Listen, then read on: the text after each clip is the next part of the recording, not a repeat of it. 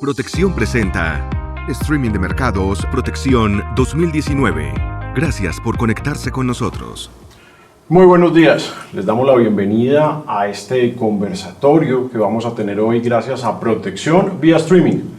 Mi nombre es Camilo Silva, gerente de Valor Analytic. Hoy la idea que tenemos es generar una conversación con un panel de expertos en el que queremos darles las herramientas de inversión, que tengan un conocimiento amplio de todo lo que está pasando a nivel mundial, de lo que puede ser y significar la guerra comercial entre los Estados Unidos y China, para Latinoamérica, para Colombia, y vamos a ir ahondando en temas de lo que es el dólar, lo que tiene que ver con el crecimiento de estos países, los aspectos geopolíticos, petróleo, entre otros. Estamos en vivo desde proteccion.com/eventos y desde valoraanalytic.com y también a través de las cuentas de Protección en Twitter y Facebook. Acuérdense que hoy van a poder hacernos comentarios y pueden enviarnos preguntas. Ahí en el panel de Protección Eventos van a encontrar un lugar para que realicen preguntas. Aquí en vivo vamos a estar leyendo algunas de ellas para poder hacer partícipes a nuestros expertos, y también desde las redes sociales, particularmente desde Twitter, con el hashtag El Experto Dice.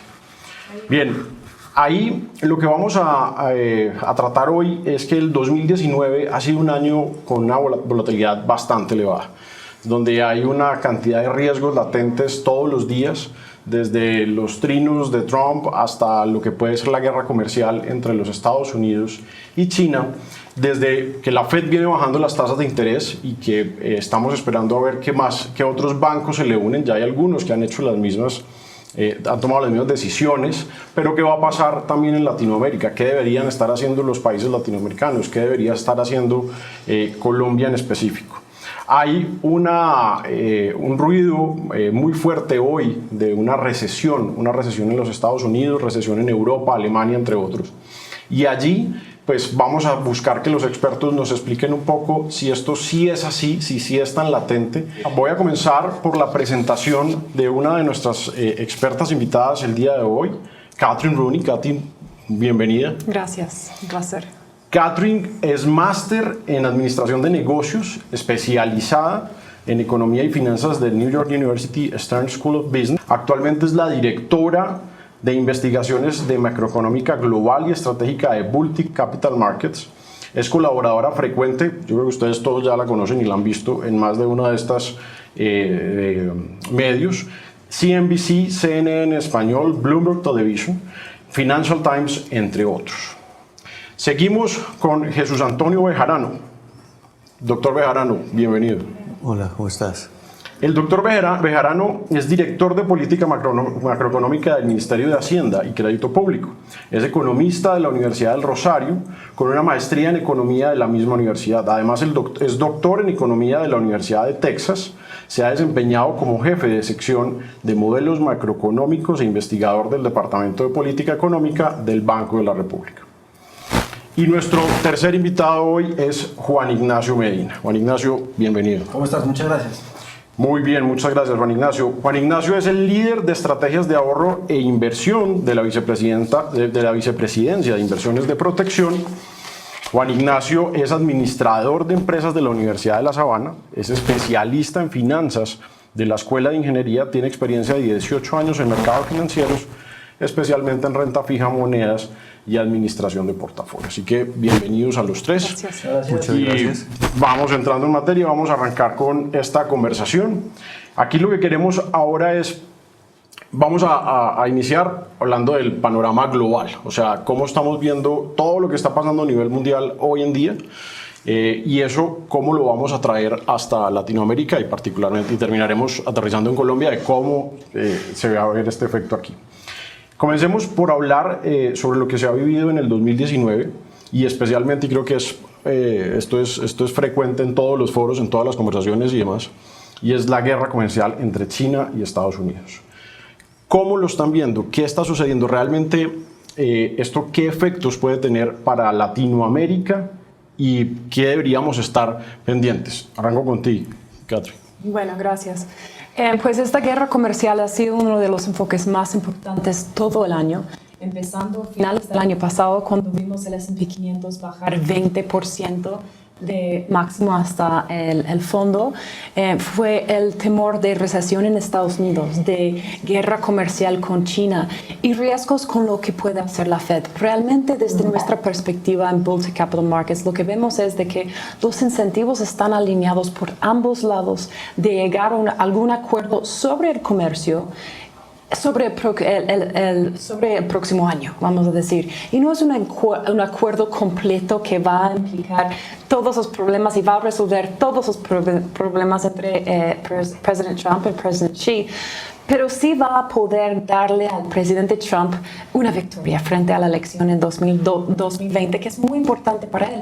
Y va a también poder beneficiar a los chinos, a China, que tiene un mayor porcentaje de su PIB atado al comercio con los Estados Unidos. Entonces es muy importante para ambas partes llegar a algún tipo de acuerdo. Obviamente es muy volátil, con muchísimo ruido, y no lo descartamos, pero sí seguimos viendo una solución eventual y seguimos bastante positivos.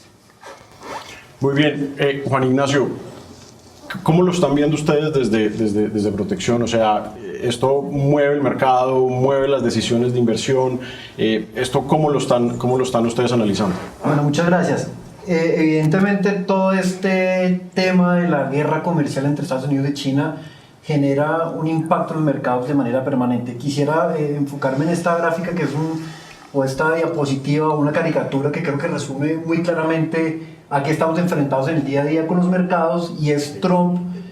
Un día opina una cosa, declara o es un poco más agresivo en su postura contra China o en el sentido de la guerra comercial, al otro día sale con otras declaraciones en el sentido opuesto, y cada cambio de idea o de parecer de Donald Trump pues tiene un impacto directo en los mercados y desafortunadamente algo que no podemos predecir. Uno, cuando está en materia de inversiones, lo que suele hacer es estudiar, analizar los elementos macroeconómicos, las tendencias, pero aquí estamos expuestos a algo completamente impredecible, y es la volatilidad del presidente Trump, que le pone un ingrediente adicional a todo este contexto que claramente hemos visto, y sobre todo desde mayo de este año, cómo continuamente nos enfrentamos a eventos de volatilidad importantes.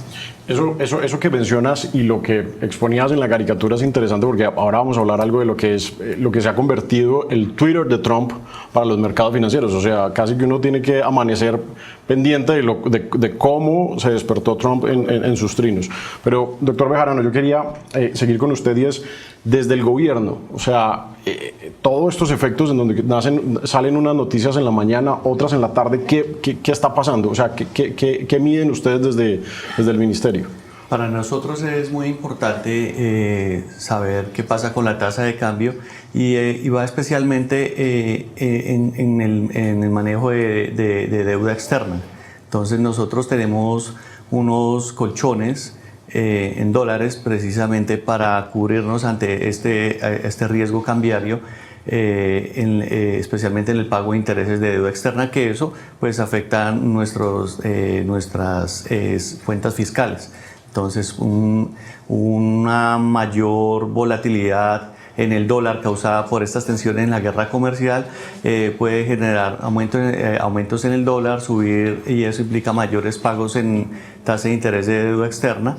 Pero nosotros tenemos, a través de la Dirección de Crédito Público, ya digamos en cuenta que esos riesgos pueden suceder, y hay un colchón necesario, lo cual permite dar un parte de tranquilidad para las finanzas del gobierno y obviamente los colombianos. Ok. Bueno, aquí nos llega la primera pregunta desde el chat que tenemos en Protección. Hermes Becerra dice: sacando del análisis de la guerra comercial Estados Unidos y China, ¿hay alguna variable fundamental que nos indique el inicio o si ya inició la recesión en los Estados Unidos, teniendo en cuenta que los fundamentales actuales de Estados Unidos están dentro de lo esperado, no obstante que algunos ya muestran desaceleración? Y yo quisiera que iniciáramos por ti, Catherine, porque ahora conversábamos antes de arrancar antes de iniciar el conversatorio, y tenías estabas muy bien argumentada, tenías unos muy buenos datos y gráficos de ustedes cómo están viendo desde Bull Capital la recesión en Estados Unidos, si hay, no hay, estamos cerca o nos salvamos. Pues yo diría que no solo no estamos en una recesión, pero yo no veo recesión ni siquiera cerca. Creo que los mercados están descontando el riesgo de recesión en el muy corto plazo. La verdad es de que la economía estadounidense está basada en el consumo. 2/3 de la economía está basada en el consumo. La confianza del consumidor y el del empresario pequeño está casi a niveles que no hemos visto en 2 décadas. Y los salarios reales que incorporan el efecto de inflación, que se supone que los aranceles, las tarifas contra las importaciones chinas deben de forzar inflación y subir los precios de dichos bienes, no ha pasado. Más bien el consumo, es muy importante que la audiencia tenga esto en cuenta, el consumo subió 4.3% anualizado en el último dato que salió hace 2 semanas atrás. Eso es por encima de potencial, por encima de tendencia. En fin, la economía está bien fundamentada. Mi preocupación hoy en día es lo que llamamos el self-fulfilling prophecy. Cuando todo el mundo está hablando de recesión y cuando hay miedo de recesión, pues el consumidor, quien es la columna de la economía estadounidense, empieza a demorar sus gastos o desacelerar sus compras o postergar sus inversiones. Eso sí puede generar una recesión. Disculpa que te interrumpa, ahora hablábamos de eso y le contaba a Catherine que sacábamos una nota en Valora, les cuento, doctor Bejarano, Iván Ignacio, y es que se disparó la consulta en Google de recesión en los Estados Unidos, o sea, no se veía desde el 2008. Entonces hablábamos con Catherine antes de entrar y era, quizás el efecto mayor lo vamos a tener, no es en los datos crudos de la economía, que los tienen muy bien y están bien, sino en el efecto psicológico que eso puede tener sobre un consumidor que es el que impulsa la economía de los Estados Unidos. Tal cual. Y yo diría, agrego otro punto, que es que esta caricatura y tal es parte de una negociación. Hay que tener en cuenta, audiencia y señores, de que Estados Unidos tenemos 3 décadas con quejas contra China. Robo de propiedad intelectual es una queja que traemos desde el presidente Bill Clinton, que siempre es hablar y prometer y pues no resuelve nunca nada. Creo que tenemos también precedente con el presidente Trump con el USMCA, que es el acuerdo que terminó haciendo con México, que al principio él le dio muy duro, es una negociación, y luego cede y llega a algún tipo de acuerdo. No digo que va a ser fácil, pero importante también es darnos cuenta que el impacto de las tarifas contra las importaciones chinas no lo hemos sentido en los Estados Unidos, no lo hemos sentido en los precios. Los precios de las importaciones están bajando.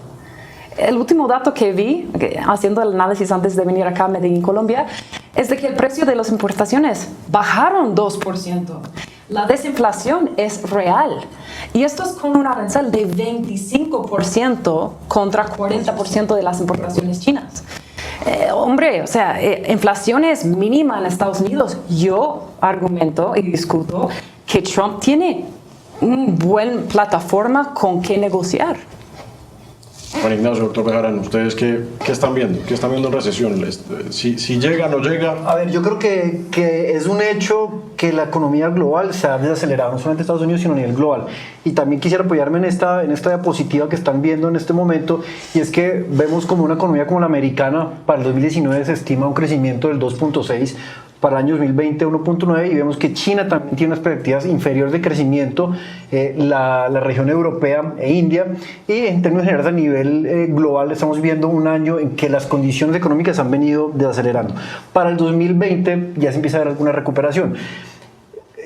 Y como complementando un poco lo que mencionaba Catherine, vemos que más allá de que las probabilidades de una recesión sí han aumentado, todavía no hay unas señales contundentes de que saben dar. Okay. ¿Qué ha pasado? Y que hemos visto en las últimas semanas eventos como la inversión de la curva de tesoros de rendimiento en Estados Unidos empiezan a ganar mucho titular. Y yo creo que también aquí Catherine decía, pues a los medios les gusta hacer cada vez más como explícito este fenómeno, y el común de la gente empieza a leer que una inversión de la curva implica una recesión. Claramente es una señal que hay que prestarle atención, pero no per se significa que ya hay una recesión de manera inminente. Y complementando un poco también esta respuesta, parte de la explicación de por qué se está dando esa inversión de la curva, ese aplanamiento de la curva, yo creo que también tiene un tema estructural muy importante de fondo, y es que venimos de una inyección de liquidez a nivel global en los últimos 10 años bastante importante, que es un elemento para tener en cuenta en este análisis de la coyuntura.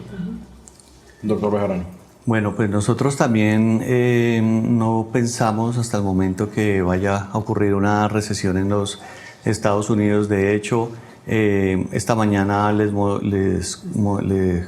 comentaba a mis colegas que el crecimiento de Estados Unidos con respecto a su promedio histórico ha sido positivo, a diferencia de la zona de euro y de China.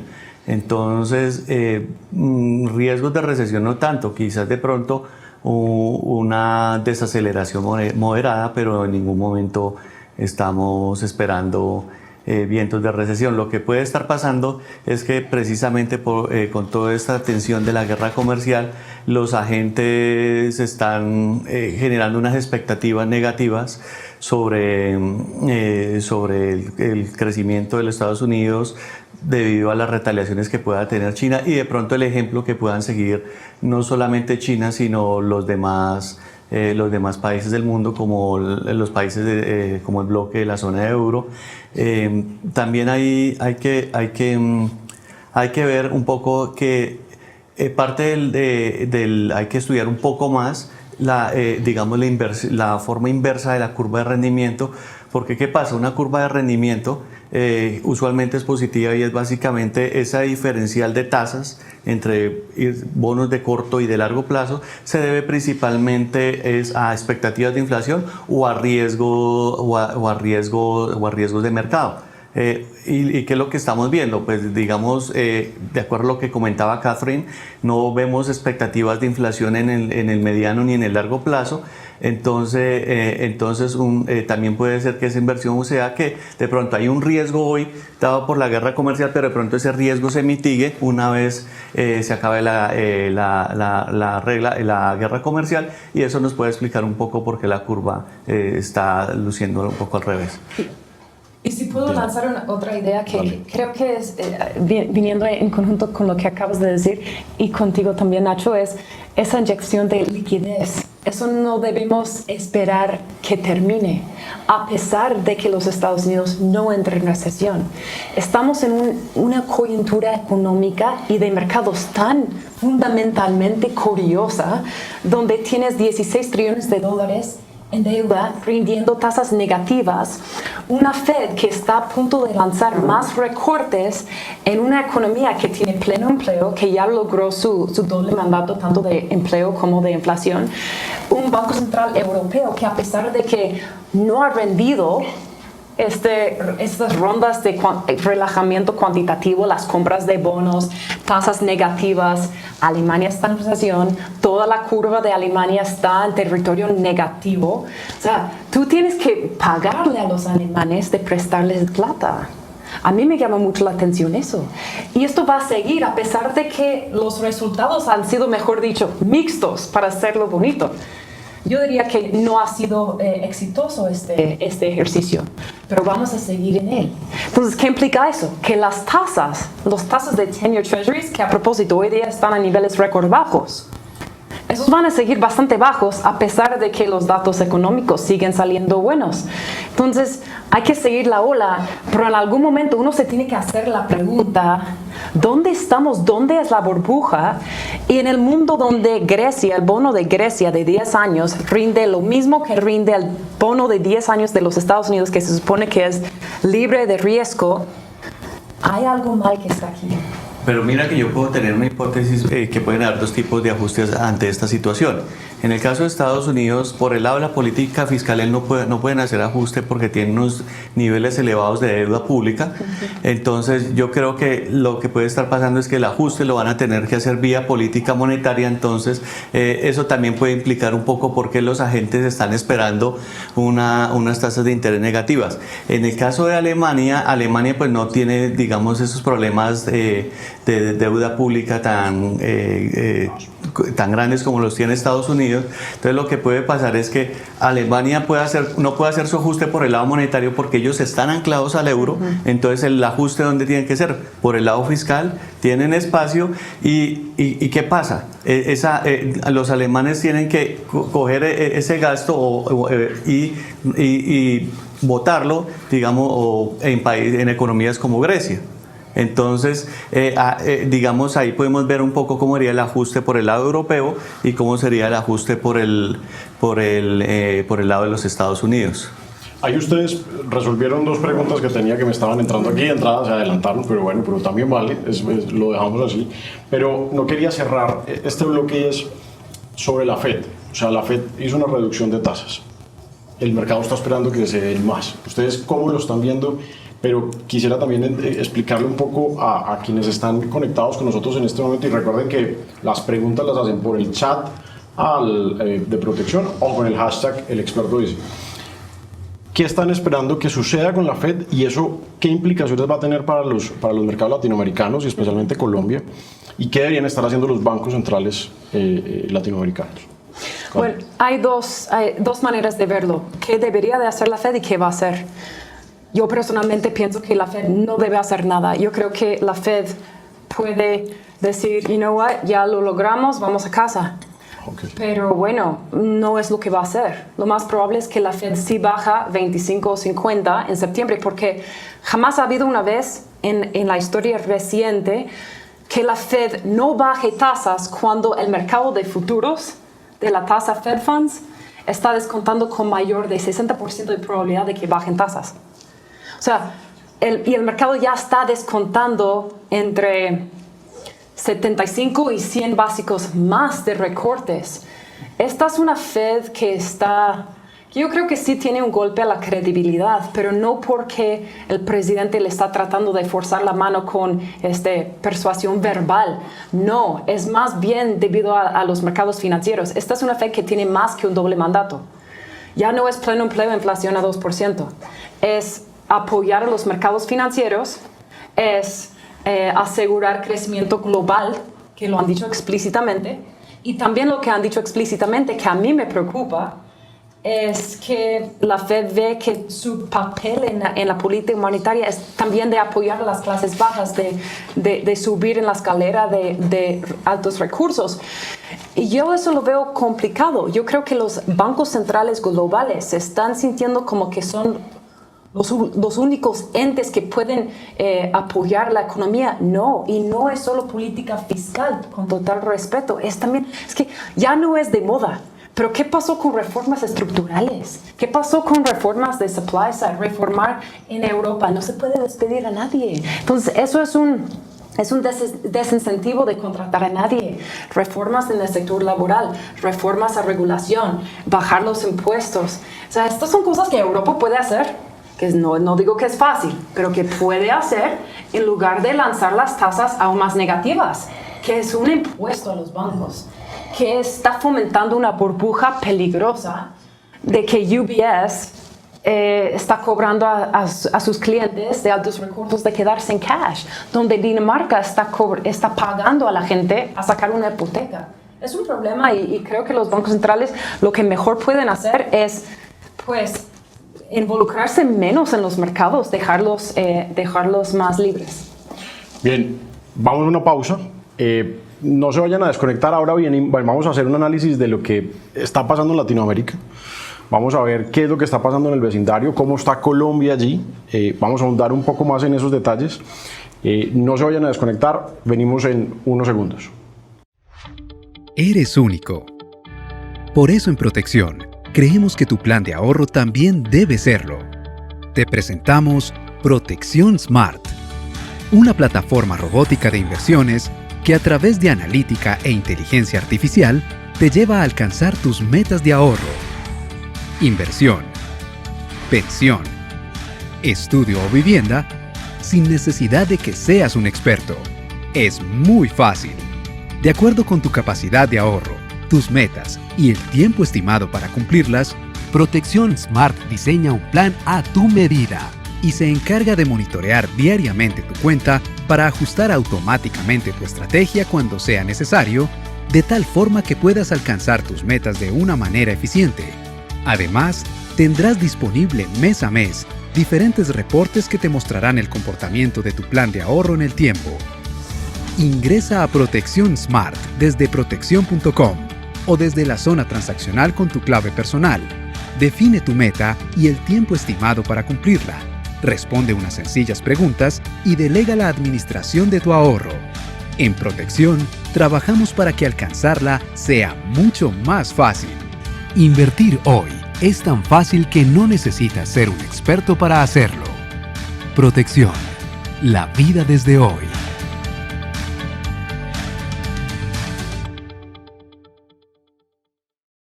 En Protección, nos dimos cuenta que de inversiones muchos opinan. Papá, invertiría todo en robótica. Es lo de hoy.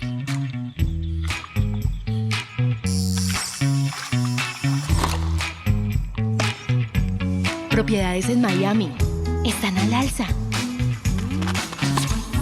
Lo mejor son las energías limpias. Ahí está el negocio.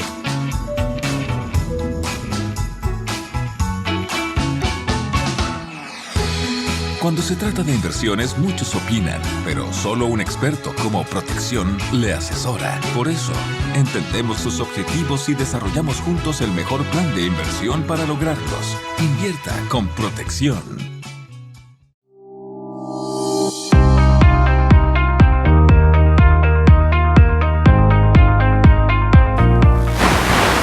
Bienvenidos, volvemos. Bueno, ahora vamos al segundo bloque. En este bloque lo que queremos es hablar de la región, hablar de Latinoamérica, o sea, qué está pasando. Todo eso que estábamos hablando ahora de lo que está sucediendo afuera, cómo está afectando la región, cómo está afectando nuestro vecindario, quiénes están ganando, quiénes están perdiendo. Y ahí vamos a meternos en algo, y es, hablamos ahora de todo el efecto de la guerra comercial y todo lo que, el ruido que genera y demás. Pero la pregunta siempre es, ¿quiénes ganan y quiénes pierden? O sea, en Latinoamérica hay unos países que ganan con esto, quiénes ganan y quiénes ganan más, y hay otros que pierden. Juan Ignacio. Bueno, bajo este contexto de la guerra comercial, lo que hemos visto un poco en la región, en Latinoamérica, es en términos generales una dinámica de crecimiento un poco por debajo al potencial de los países de manera general. Obviamente cuando empezamos a ver país por país, hay algunos que pueden estar teniendo algún beneficio o pueden verse beneficiados un poco de esta nueva dinámica, pero hay que reconocer que cada país tiene su propia coyuntura. Y aquí es muy importante ver entonces cuáles son los socios comerciales de cada uno de los países, que Chile a dónde exporta, México, Brasil, y adicional a esto hemos visto también un contexto en la región político que también ha tenido un impacto importante. El tema de la reforma pensional en Brasil, en México también hemos visto temas políticos. Entonces yo creo que lo que hemos visto en estos primeros 6 o 8 meses del 2019 es países o la región creciendo por debajo de su potencial, con expectativas que el cierre del año eventualmente haya un repunte, pero que sin lugar a dudas esta dinámica comercial que hemos visto en estos últimos meses pues tiene un impacto negativo cuando lo miramos de manera agregada, y esperaríamos que en la medida que esto se empiece a solucionar, que los países, un Chile, un Perú, un Colombia, un México, empiecen a tener algún tipo de repunte en la medida que la situación debería tender a mejorar hacia adelante. Vale, muy bien. Catherine, ¿quién gana, quién pierde? Creo que el país que más gana es Brasil, en el sentido de que Brasil exporta soya y está exportando más soya a China, ya que China está importando menos de los Estados Unidos. Entonces, definitivamente hay ciertos países como México y Canadá que son proveyendo más a los Estados Unidos ahora, ya que hay esa relación de tensión entre China y los Estados Unidos. Chile es otro, Argentina, que están exportando aún más a China debido a esta tensión con los Estados Unidos. Menos exportaciones, menos comercio entre Estados Unidos y China abre oportunidades a otros países de llenar ese mercado, ese vacío. Y son los países que exportan pues materias primas, como mencioné, Brasil, Argentina, Chile para China, y para los Estados Unidos, Canadá y México sobre todo. Ok, bueno, hablando metamos ahora un poco en el crecimiento. Ya salieron varios datos, bueno, todos los datos del primer semestre del año en los principales países latinoamericanos. Colombia creciendo el 3, Perú 2.6, Chile 1.9, los rezagados son México, Brasil y Argentina, que están creciendo por encima del 0.5. Y aquí la pregunta sería ¿Qué está sucediendo en esos, digamos que en esos dos bloques? ¿Qué va a venir? ¿Qué va a pasar? Y arrancaría con usted, doctor Gaveriano. ¿Cómo están viendo el vecindario y cómo se está comportando Colombia según la visión desde el ministerio? Bueno, el vecindario pues está un poco difícil, especialmente quiénes ganan, quiénes pierden. A diferencia de la argumentación que lanzaba Catherine, digamos, el hecho de que China, digamos, de que el crecimiento chino esté afectado por la guerra comercial, eso va a generar una baja demanda por commodities, especialmente por cobre, petróleo, y eso, digamos, especialmente en Perú y Chile se ha visto reflejado porque Perú y Chile tienen sus exportaciones, casi la mitad de sus exportaciones son cobre, entonces ellos han tenido ese problema en el crecimiento. Nosotros pues lo estamos sufriendo con el precio del petróleo, que vemos que nuestra tasa de cambio está bailando bastante con respecto al precio del petróleo y anuncios de guerra comercial, pero hay un fenómeno interesante, y es que a Colombia está entrando mayor inversión extranjera directa como proporción del PIB que a Perú, que a Chile y que a México.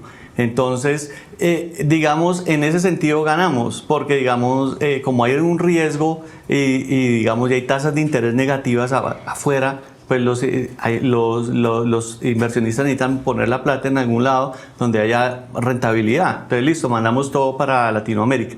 Pero la diferencia es que en el caso de Colombia, nosotros estamos recibiendo mayores flujos de inversión extranjera directa.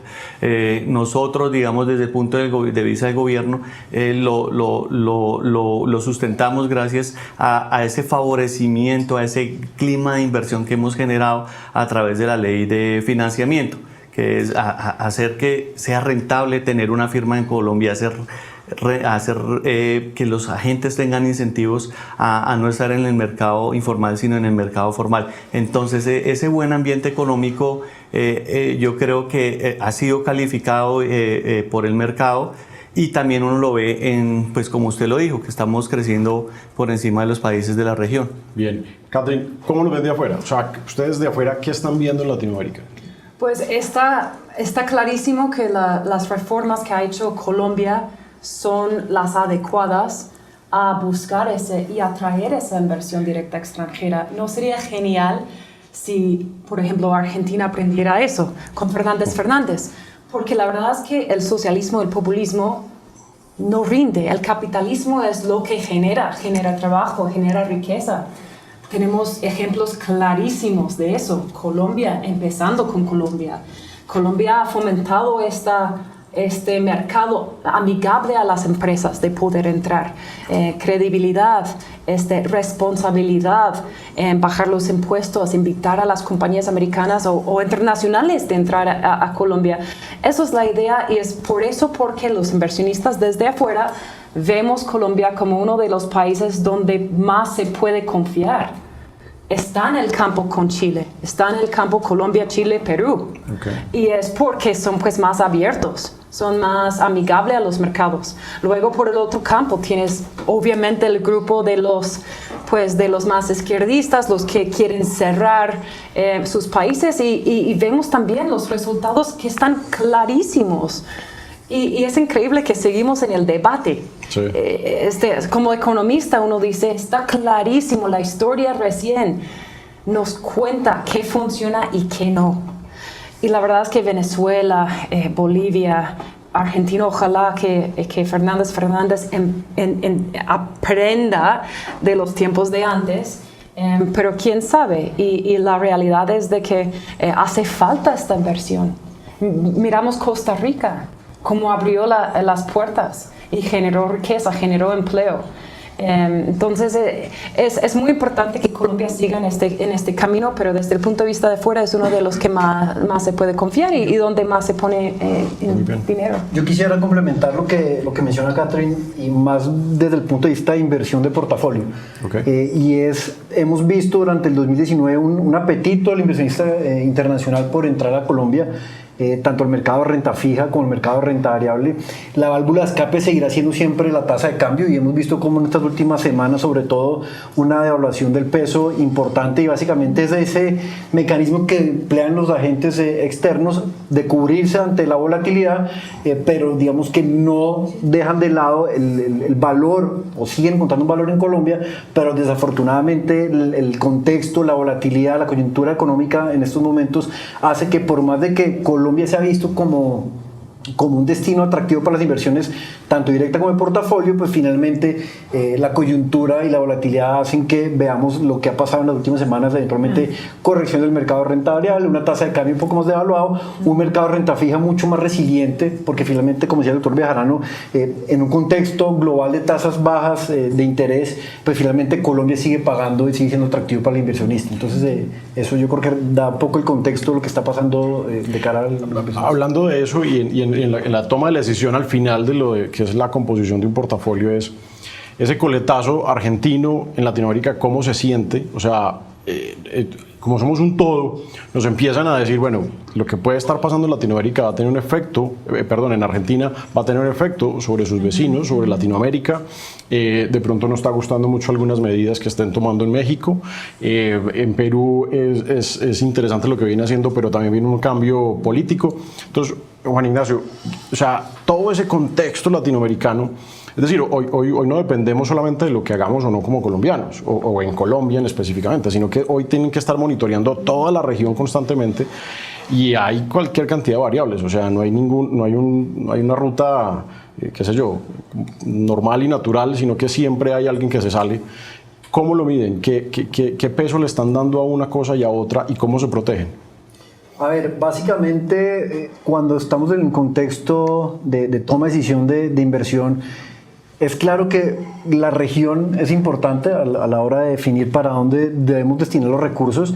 Cuando lo mencionamos inicialmente, el caso de Argentina, si bien es cierto que Argentina, pues lo que pasó recientemente generó un impacto importante en los mercados, Argentina no pesa, no es significativo dentro del contexto de, por ejemplo, en el caso de Colombia. Eso es importante. Siquiera dos compañías podrán tener ventas directas de Argentina que no representan más del 1%. Perfecto. Entonces ahí empieza uno a poner en contexto que realmente, a pesar de que hay volatilidad y turbulencia en Argentina, pues no debería tener un impacto significativo en Colombia, y en los otros países, pues eventualmente un Brasil, un Uruguay pueden tener un mayor impacto, pero tampoco es algo realmente significativo. Entonces nosotros somos conscientes de que debemos ver a Colombia dentro de un contexto emergente, y cuando vemos que hay flujos de salida emergente, pues finalmente los inversionistas salen de En bloque. En bloque, pero tenemos que ser también selectivos y ver dónde realmente están las oportunidades. Esos movimientos abruptos en los mercados realmente presentan unas nuevas oportunidades y hay que ser muy cuidadosos a la hora de tomar decisiones en ese sentido. Ahí vamos a entrar un poco, es las monedas. Hoy en Colombia amanecimos con el dólar casi a 3.500 pesos aquí mientras que teníamos la conversación, y las monedas en Latinoamérica siguen teniendo una devaluación muy fuerte frente al dólar. Entonces, ¿qué está pasando? O sea, ¿por qué tenemos el dólar que tenemos en este momento cuando hace quizás unos meses atrás o unos años no veíamos la posibilidad de ver un dólar en Colombia particularmente cerca de los 3.500 pesos? ¿Qué los está llevando a eso? Porque está pesando más sobre unos países que sobre otros lo que está viviendo el contexto internacional que recae sobre Latinoamérica. Doctor Bejarano. Bueno, entonces, como ya lo había dicho anteriormente, digamos, esta guerra comercial nos ha tendido a depreciar las monedas en Latinoamérica. Inclusive lo que vemos es que a finales del día de ayer y hoy el precio de los commodities ha estado subiendo, pero las monedas latinoamericanas no se han estado apreciando. Pero lo que vemos es que, de acuerdo a nuestro indicador de tensión comercial, lo que vemos es que ese número de búsquedas por guerra comercial otra vez está aumentando. Entonces nos está en parte dañando un poco esa correlación entre el dólar y el precio del petróleo. Entonces, eso es una parte. La otra parte es, a diferencia del año pasado, hemos tenido precios bajos de petróleo. Eso nos ha afectado bastante. Pero por los commodities también no solamente ha sido Colombia, ha sido Chile, ha sido Perú. Brasil y México no se han afectado tanto porque son países que sus exportaciones están más diversificadas, no dependen tanto de un solo commodity, sino dependen de muchos commodities, hierro, soya. Entonces, como no todos los commodities se conmueven de la misma forma, sino conmueven en direcciones diferentes, entonces pues, es como un portafolio natural que permite a países como Brasil, México, tener digamos, no sufrir tanto ante estos anuncios de guerra comercial. Entendido. Catherine, ¿qué estás viendo en las monedas en Latinoamérica? ¿Qué está sucediendo? Y voy a lanzar una perspectiva un poco diferente, solo para agregar a la conversación. Creo que con respecto a las monedas, sin duda alguna estoy totalmente de acuerdo. El hecho de que mientras que tenemos los riesgos y los miedos de recesión en US y global y guerra comercial, el peso colombiano va a seguir debilitándose, sobre todo porque el precio del petróleo baja si estamos hablando de recesión global. Por el lado de la región, para una persona física o para una persona que tiene un alto apetito al riesgo, pues Argentina ha colapsado 60% en un día. Está bastante bajo. Yo creo que Fernández no les conviene de aquí hasta octubre cambiar su argumento, porque al final ganaron por doble dígitos en la primaria y quieren ganar la elección real. Pero de ahí, cuando ganen, ¿por qué van a ganar? No van a ganar. Cuando ganen y toman posesión, no les conviene tener un país fuera de control, con hiperinflación, en recesión, sin el fondo, no tienen nada, no tienen los recursos para reparar sus obligaciones de deuda en los próximos 5 años. Necesitan el Fondo Monetario Internacional. Les conviene tener un país que está controlado, que no está, decimos en inglés, spiraling out of control, que está fuera de su control. Entonces, una apuesta que yo voy a poner ahí para la gente de considerar es de que cuando ganen, si hablan aunque sea un poquito bien, amigable hacia el fondo, que quieren jugar con el fondo, quieren mantener una relación, yo creo que esos activos pueden subir aunque sea un poco. Estamos hablando de un colapso total de 60%, descontando un default, un impago de las obligaciones casi inmediato. Entonces, esa es una de las cosas que estoy mirando como para un portafolio que está dispuesto a buscar riesgo. Es totalmente binario. Este gobierno puede entrar y decir, ¿sabes qué? Vamos a volver a los días anteriores, vamos a acabar con el fondo, no te necesitamos, vamos a cerrar las puertas a la inversión de portafolio para adentro. O pueden volver y tratar de suavizar los mercados y hacer que el peso deje de debilitarse. Yo quisiera agregar un poco al análisis que hace Catherine, y es sacando a Argentina de la discusión, porque claramente es una particularidad bien importante. Pareciera que claramente el peso colombiano luce en este momento barato, a 3.500 pesos prácticamente, pesos por dólar, pareciera que es barato, pero no podemos desconocer la coyuntura internacional. Y aquí hay un tema que, pues, mal que viene, hemos empezado a verlo más familiares, la correlación de monedas emergentes y el yuan, la moneda china, y que hemos visto un efecto, un hecho bien llamativo, bien importante, es que el yuan se empezó a habilitar por arriba de una barrera psicológica que era de 7 yuanes por dólar. Hoy en día está cerca de 7.15 y eso ha generado bastante presión y en parte explica en gran medida lo que ha pasado con el peso colombiano en los últimos días.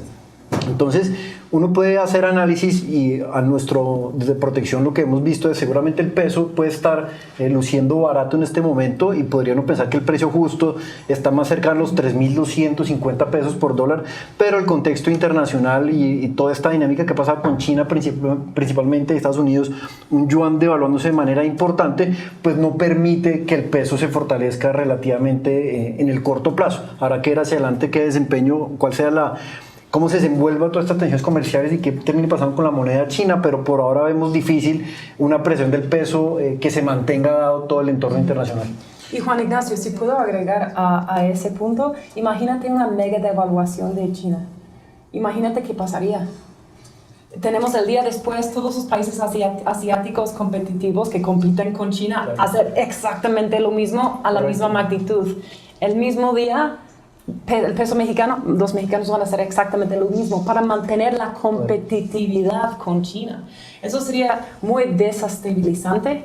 Creo que sería un autotiro. No digo que es mi escenario base, pero para, vamos a decir, contrarrestar o pelear contra el presidente Trump, es una de las cosas que puede hacer China. Otra vez, creo que es un autotiro, pero sería muy malo para todos los emergentes, sobre todo en Asia. Yo sería optimista en la racionalidad que presentaba Catherine. Están los Fernández, van a tener su discurso populista, ganan las elecciones, pero van a encontrar un país con altos niveles de endeudamiento, con una inflación muy alta, con una recesión.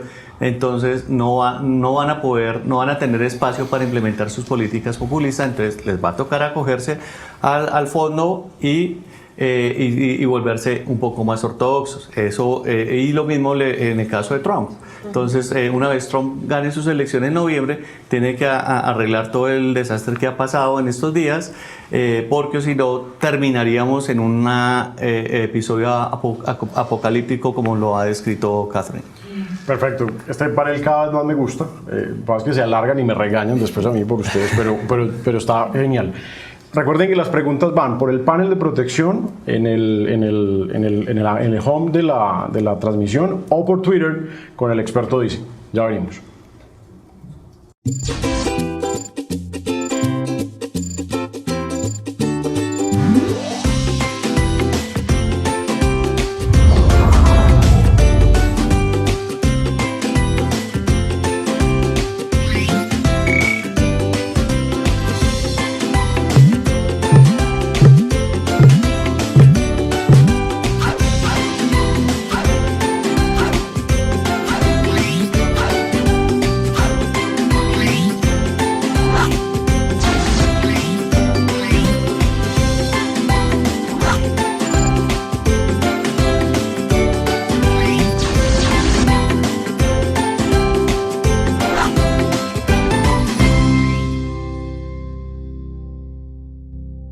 En Protección, nos dimos cuenta que de inversiones muchos opinan. Papá, invertiría todo en robótica.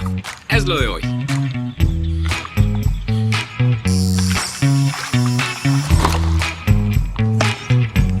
Propiedades en Miami están al alza. Lo mejor son las energías limpias. Ahí está el negocio.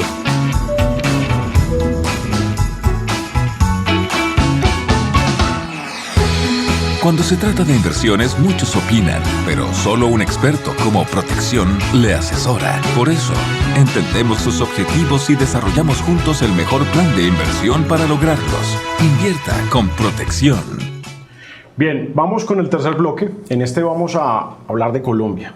Vamos a hablar de lo que estamos viendo y lo que estamos viviendo en Colombia. Y quisiera arrancar por tasas de interés. El Banco de la República ha cumplido, Juan Ignacio, un poco más de un año con tasas estables, no se ha movido, pero uno alcanza a ver es que Perú se está moviendo, Chile se movió, la FED ya lo hablamos y los desarrollados. ¿Qué están esperando para el Banco de la República? ¿Tiene margen, no tiene margen? ¿Qué va a pasar con las tasas de interés? Bueno, cuando uno mira, y es un tema interesante, a nivel global los bancos centrales están bajando sus tasas.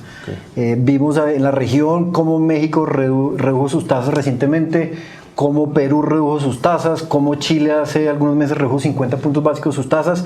En Colombia pareciera ser un poco distinto el panorama, y en Colombia estamos esperando por ahora estabilidad en las tasas.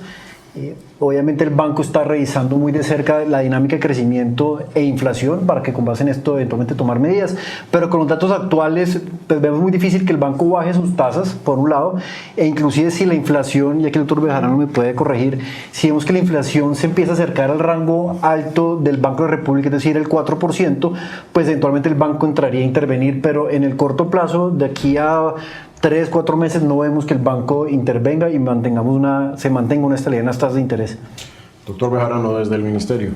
Desde el ministerio pues no vemos que el banco tenga incentivos a reducir la tasa de interés o aumentarla, entonces a reducirla porque pues las perspectivas de crecimiento de todos modos van a seguir sorprendiendo al banco, van a seguir siendo positivas en vez de pesimistas, como ya ha pasado, por un lado, y por otro lado, este choque, entonces eso no evitaría que fuera la baja.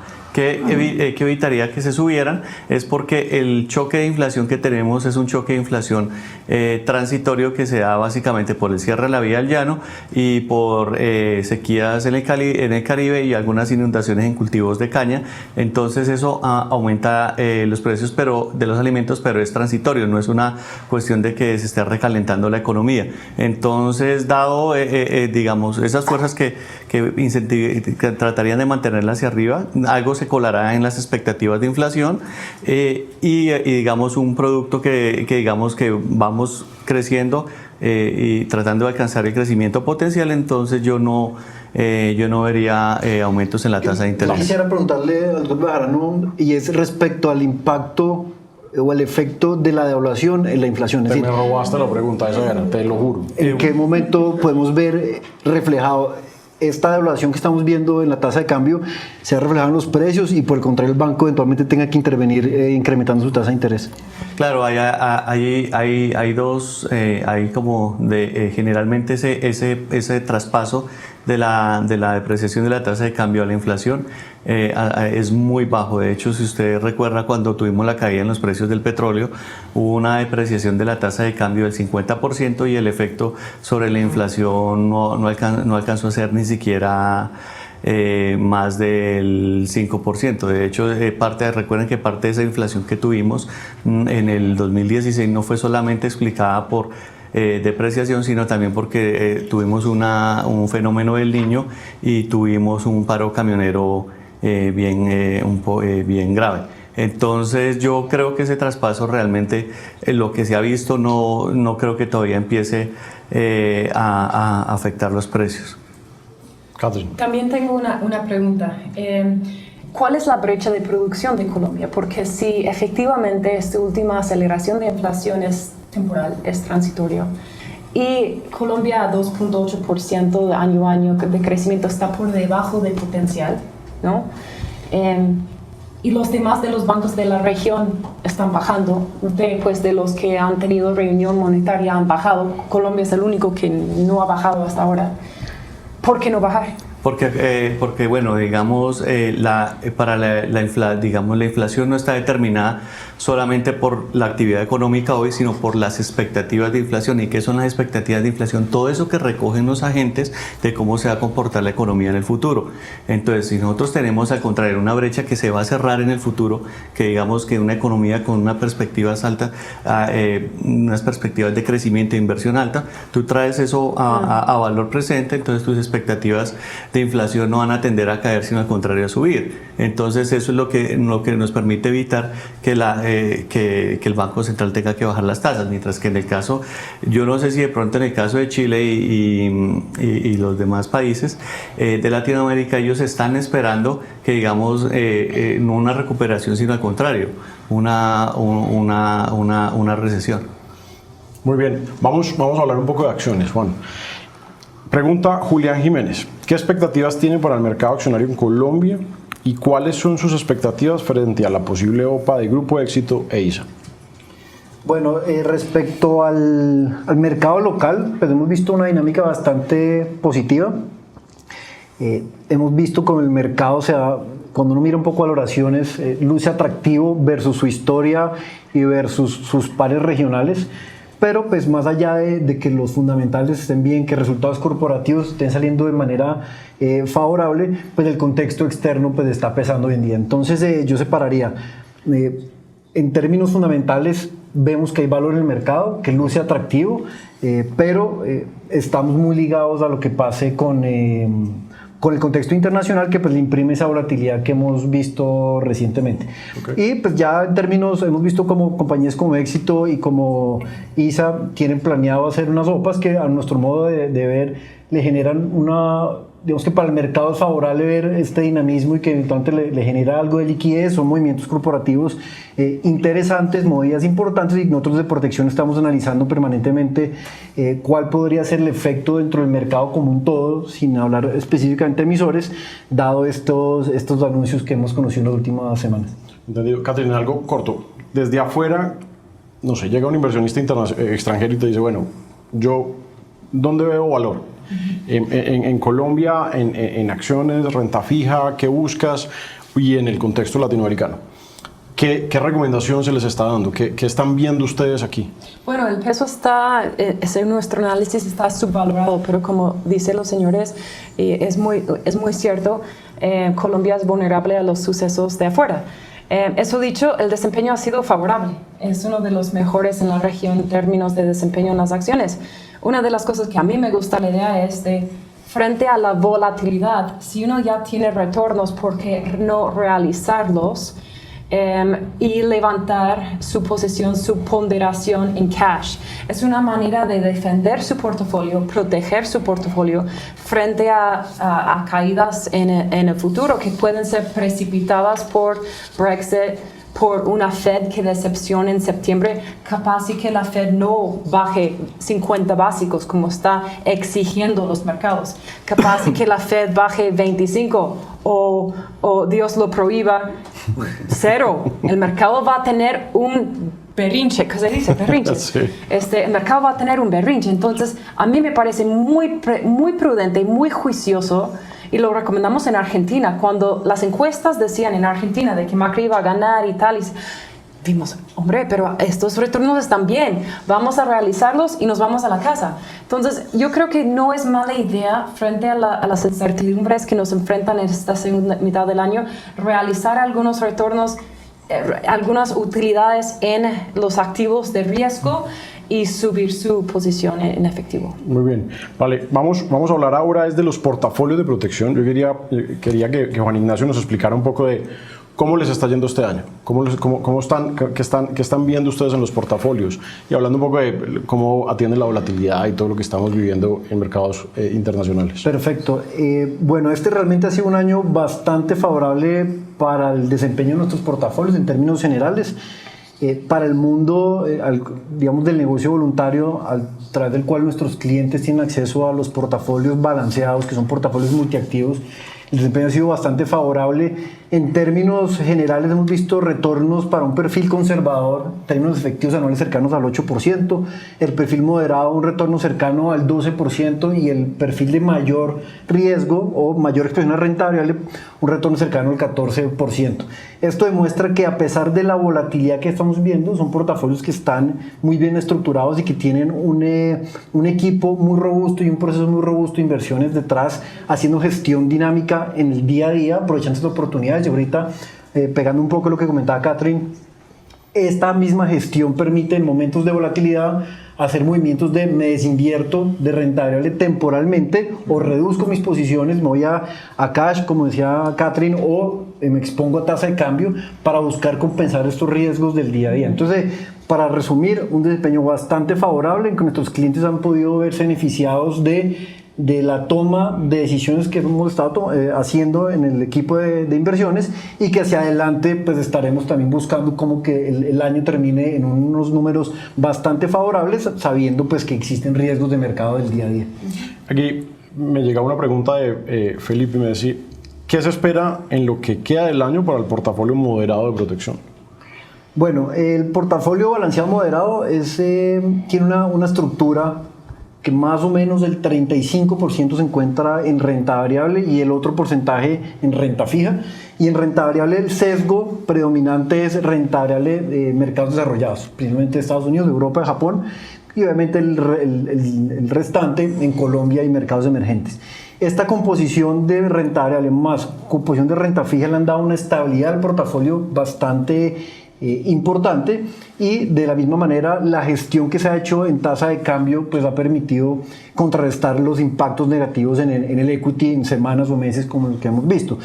De mantenerse la situación actual, o digamos bajo el contexto que conocemos en este momento, pensamos que el cierre del año va a ser favorable, inclusive me atrevería a decir que por encima de doble dígito la rentabilidad, pero no podemos desconocer que hay bastantes riesgos asociados que podrían hacer que esto pudiera disminuir, pero somos optimistas y somos constructivos y creo que terminará siendo muy buen año para nuestros inversionistas. Aquí tenemos otra pregunta de Laura, parcialmente la respondiste ahora, pero tiene un final interesante, y es: a pesar de los temores de los mercados internacionales, ¿cómo le ha ido las inversiones de protección? Parcialmente ya hemos dado respuesta, pero luego dice: ¿es recomendable seguir incorporando dólares a pesar del nivel actual? Bueno, muy buena pregunta. Nosotros, dentro de la construcción de portafolio, siempre hemos visto que tener dólares es muy relevante. Obviamente, cuando uno está parado en niveles como el actual de 3.500 pesos, pareciera poco descabellado aumentar la exposición, pero también, como lo comentamos anteriormente, estamos en un contexto de presión en los mercados, en que el yuan se ha venido evaluando, que podría eventualmente la tasa de cambio correr un poco más hacia arriba, superar los 3.500 eventualmente entre nuevos choques de volatilidad.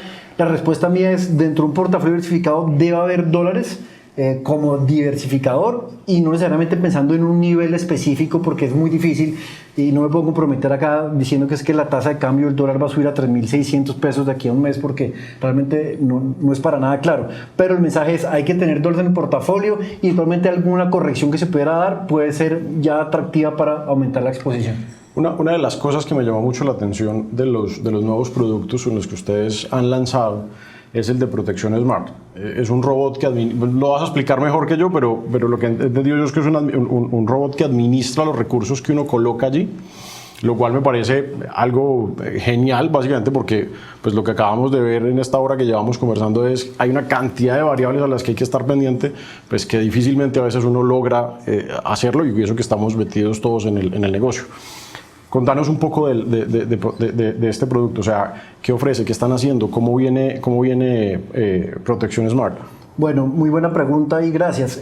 Protección Smart es un servicio nuevo en protección, y cuando digo nuevo, un poco más de un año, y básicamente es una tecnología, lo que se conoce hoy en día como el RoboAdvisor, que es a través de algoritmos matemáticos y una tecnología de Machine Learning. El robot, cuando yo le doy mi perfil de riesgo, el plazo de mi horizonte de inversión, él hace una mezcla adecuada en función de la relación o en relación del riesgo y retorno.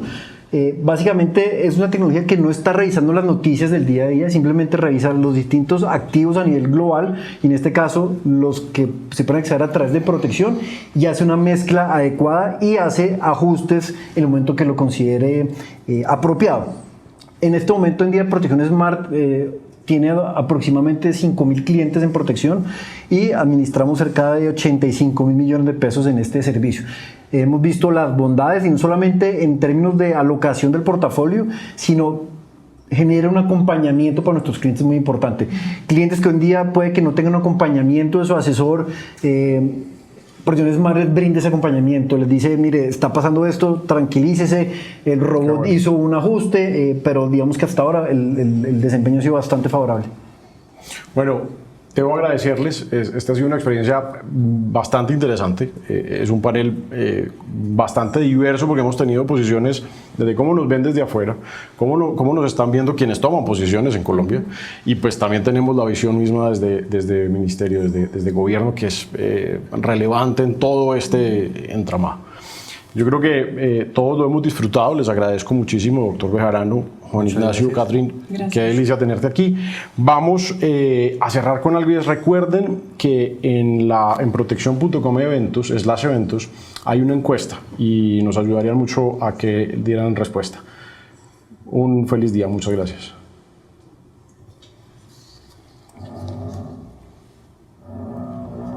Protección presentó Streaming de Mercados Protección 2019. Gracias por conectarse con nosotros.